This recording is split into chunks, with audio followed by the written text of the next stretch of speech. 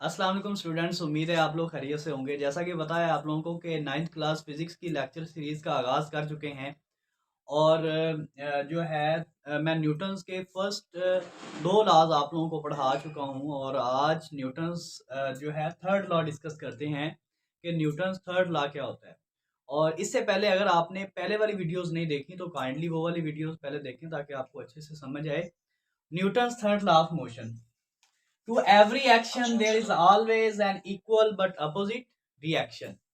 Action का मतलब भी कोई फोर्स है, एक्शन का मतलब भी कोई फोर्स है और रिएक्शन का मतलब भी कोई फोर्स है कि अगर किसी चीज पे कोई फोर्स लग रही है, मान लें कि ये कोई बुक है और ये बुक टेबल के ऊपर पड़ी हुई है, टेबल के ऊपर कोई बुक पड़ी हुई है तो टेबल की जो जो बुक की वेट है बुक का वो नीचे की जानब होगा जो कि टेबल पे एक्ट कर रहा है, और टेबल का रिएक्शन जो है वो ऊपर की जानब होगा जो कि इस बुक को गिरने नहीं दे रहा।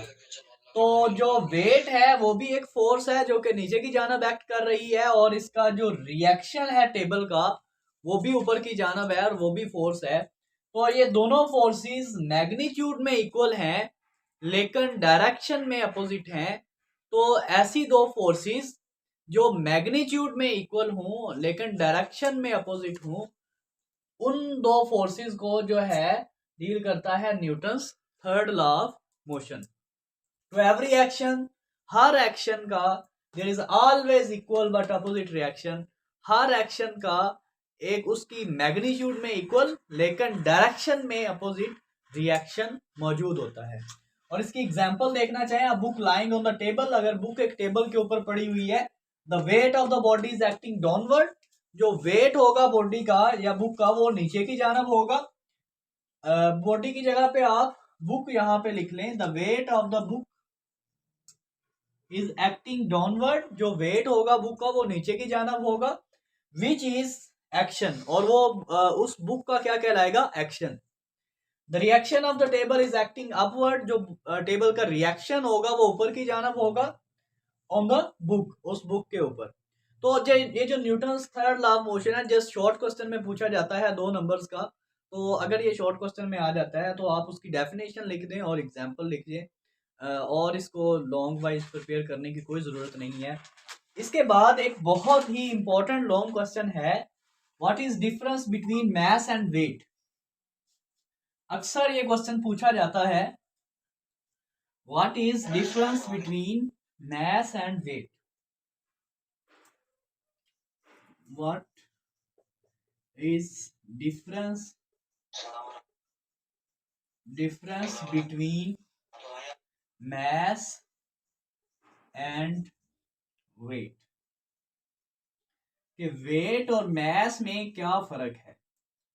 अक्सर दिखने में ये दोनों क्वांटिटी सेम लगती हैं कि mass और वेट जो है ये एक जैसी क्वांटिटीज हैं, लेकिन ऐसा नहीं होता। mass और क्वांटिटी है और वेट और क्वांटिटी है, तो इनके दरमियान हम डिफरेंस लिखते हैं कि mass और वेट में डिफरेंस क्या है। तो आप लोग भी इस तरह से लिखेंगे, एक साइड पे आप जो है मैस को डिस्क्राइब करेंगे कि मैस क्या चीज है, और दूसरी साइड पे आप वेट के पॉइंट्स लिखते जाएंगे।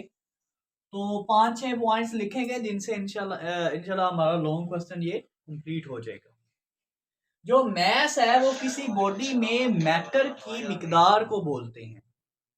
जो बॉडी की जिस मैटर के साथ बनी हुई है उस मैटर की मिकदार कितनी है उस बॉडी में, तो वो मैटर की मिकदार जो है उस बॉडी का मैस कहलाता है।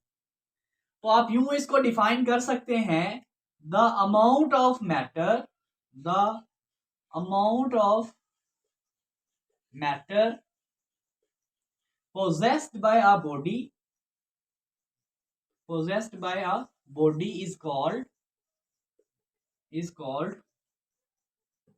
mass।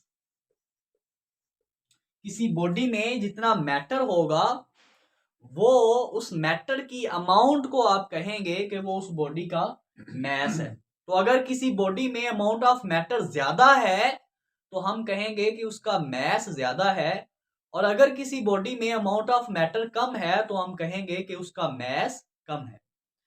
सिमिलरली अगर हम वेट की बात करें तो वेट, आप माइंड में रखें कि वेट एक फोर्स है। वेट एक फोर्स है।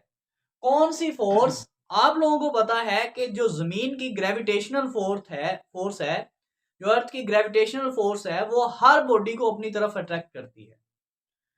तो वेट वो फोर्स है जिससे कोई किसी भी बॉडी को अर्थ अपनी तरफ अट्रैक्ट करती है। तो आप वेट को यूं डिफाइन कर सकते हैं, the force with which earth attracts a body towards it is called weight of the body।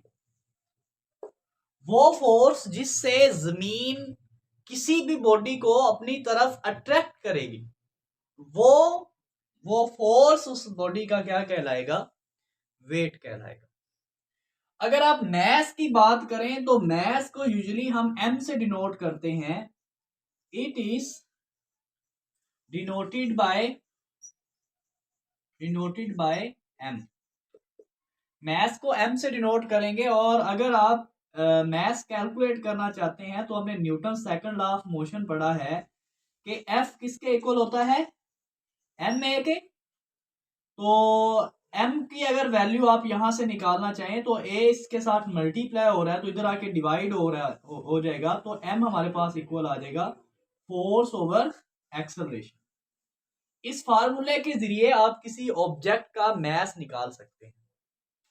लेकिन अगर आप बात करें वेट की तो वेट को हम W से डिनोट करते हैं। It is denoted by W and, और इसका फार्मूला लिखना चाहें तो W is equals to mg। यानी अगर आप किसी बॉडी के मैस को मल्टीप्लाई कर दें ग्रेविटेशनल एक्सेलरेशन के साथ, जो कि कांस्टेंट है, और इसकी वैल्यू 9th क्लास लेवल पे आप लोग g is equals to 10 metre per second square पढ़ रहे हैं।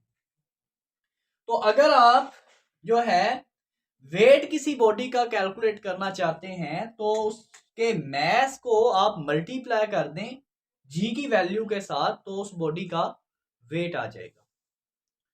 अब ये 2 पॉइंट्स हो गए हैं, तो अगर आप लोग ये नोट करना चाहते हैं या स्क्रीनशॉट लेना चाहते हैं तो ले लें, और नेक्स्ट इनके दरमियान डिफरेंस पढ़ते हैं कि और क्या चीज है। अब 2 चीजें अब तक सीख चुके हैं कि जो मैस है वो किसी बॉडी में मैटर की मिकदार को बोलते हैं, और जो वेट है वो असल में एक फोर्स है, और वो फोर्स जिससे अर्थ किसी बॉडी को अपनी तरफ अट्रैक्ट कर रही है। स्टूडेंट्स, अगर हम गौर करें तो क्या अर्थ की जो फोर्स है, ग्रेविटेशनल फोर्स, क्या ये चेंज होती है या नहीं होती? वैसे भी हमने देखा है कि जो W का हमने फार्मूला भी लिखा है कि वो mg के इक्वल है। क्या अगर हम जमीन से दूरी पे जाएं, जमीन से दूर जाएं, बुलंदी पे जाएं, तो क्या इस g की वैल्यू पे कोई इफेक्ट पड़ता है? तो जी हाँ, जैसे जैसे हम जमीन से दूर जाते हैं तो अर्थ की ग्रेविटेशनल फोर्स कम होती है, और जो ग्रेविटेशनल एक्सेलरेशन यानी g की वैल्यू है ये भी कम होती है। तो ये क्या हुआ, क्योंकि अर्थ तो जो फोर्स लगा रही थी बॉडी पे और उसको हम वेट कह रहे थे, तो इसका मतलब है अगर आप जमीन से दूर जा रहे हैं, तो जी की वैल्यू कम हो रही है, और अगर जी की वैल्यू कम हो रही है तो जब आप थोड़ी वैल्यू, स्मॉल वैल्यू मैस से मल्टीप्लाई करेंगे तो वेट भी कम आएगा। मान लें कि हम कहते हैं कि आपका जो मैस है वो 50 है, आप वेट निकालना चाह रहे हैं, तो पहले जी की वैल्यू 10 थी, तो जो आंसर आया वो हमारे पास आएगा 500। लेकिन अगर आपके पास जी की वैल्यू जो है आप किसी हाइट पे चले गए हैं और जी की वैल्यू 5 रह गई है, तो अगर आप 50 को 5 से मल्टीप्लाई करें तो ये 250 आएगा। इसका मतलब है कि जैसे ही जी की वैल्यू 5 तक पहुंची है तो आपका वेट भी आधा रह गया। तो जो वेट किसी बॉडी का है वो चेंज होता रहता है। अगर आप जमीन से दूर जाएंगे, बुलंदी पे जाएंगे, तो जी की वैल्यू कम होगी, और जैसे जी की वैल्यू कम होगी तो आपकी बॉडी का वेट भी कम हो जाएगा। तो एक और डिफरेंस हम लिख सकते हैं कि the weight of the body, the weight of the body depends upon ji.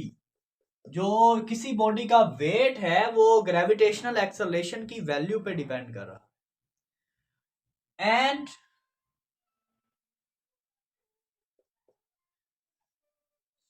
so it varies from place to place। जैसे ही आप जगह चेंज करेंगे, मतलब आप बुलंदी पे जाएंगे, तो जी की वैल्यू चेंज होगी। जी की वैल्यू चेंज होगी तो मैस भी एक जगह से दूसरी जगह जाएंगे, तो मैस भी आपकी बॉडी का वेट जो है वो भी चेंज होता रहेगा। लेकिन अगर हम मैस की बात करें तो मैस हम कह चुके हैं कि मैस तो मैटर है, अमाउंट ऑफ मैटर है। तो अमाउंट ऑफ मैटर कभी भी कम नहीं होगी। जैसे आप ऑब्जेक्ट को जहां पे मर्जी लेके चले जाएं, उसमें जो क्वांटिटी है मादा की वो कम नहीं होगी। तो जो मैस है वो प्लेस टू प्लेस जाने से चेंज नहीं होगा, लेकिन ऑब्जेक्ट का वेट चेंज हो जाएगा। तो आप इसको यूं लिख सकते हैं, it does not depends upon the value of g, so it does not change from place to place। आप एक जगह से दूसरी जगह चाहे चले जाएं तो मैस चेंज नहीं होगा, लेकिन बॉडी का वेट चेंज हो जाएगा। तो एक और डिफरेंस इनके दरमियान देखते हैं, और वो ये कि इनके यूनिट्स के बारे में देखते हैं कि इनके यूनिट्स क्या होंगे, कि मैस का यूनिट क्या होगा और वेट का यूनिट क्या होगा। It's SI unit is KG, kilogram. Mass को हम यूजुअली किलोग्राम में मेजर करते हैं, और जो वेट है, क्योंकि वेट एक फोर्स है, तो फोर्स का ऐसा यूनिट हमने पढ़ा था कि न्यूटन है, तो इसका जो ऐसा यूनिट होगा वो न्यूटन होगा। It's SI unit is Newton, मैं आंसर लिख रहा हूं। और अगर हम देखें कि मैस वेक्टर क्वांटिटी है या स्केलर क्वांटिटी है, तो ये जस्ट एक अमाउंट ऑफ मैटर है, तो ये एक स्केलर क्वांटिटी होगी। और वेट एक फोर्स है, क्योंकि फोर्स एक वेक्टर क्वांटिटी होती है, तो इसलिए जो है वेट भी एक वेक्टर क्वांटिटी होगी। इट इज अ स्केलर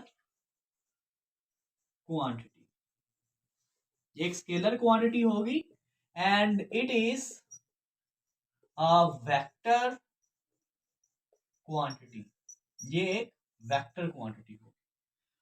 अब लास्ट डिफरेंस आप लिखेंगे कि इन दोनों के दरमियान अगर हमने मैस मेजर करना हो तो वो कैसे मेजर करेंगे, और अगर वेट मेजर करना हो तो वो किस तरह से मेजर करेंगे। तो इसको आप बीम बैलेंस के जरिए मेजर कर सकते हैं। It is measured by beam balance, जो आम तौर पर जो है किराना की दुकानों पे जो पड़ा होता है, बीम बैलेंस पड़ा होता है, आप उसके जरिए मैथ को मेजर कर सकते हैं। और अगर आप वेट की बात करें तो वेट को आप मेजर कर सकते हैं स्प्रिंग बैलेंस के जरिए। It is measured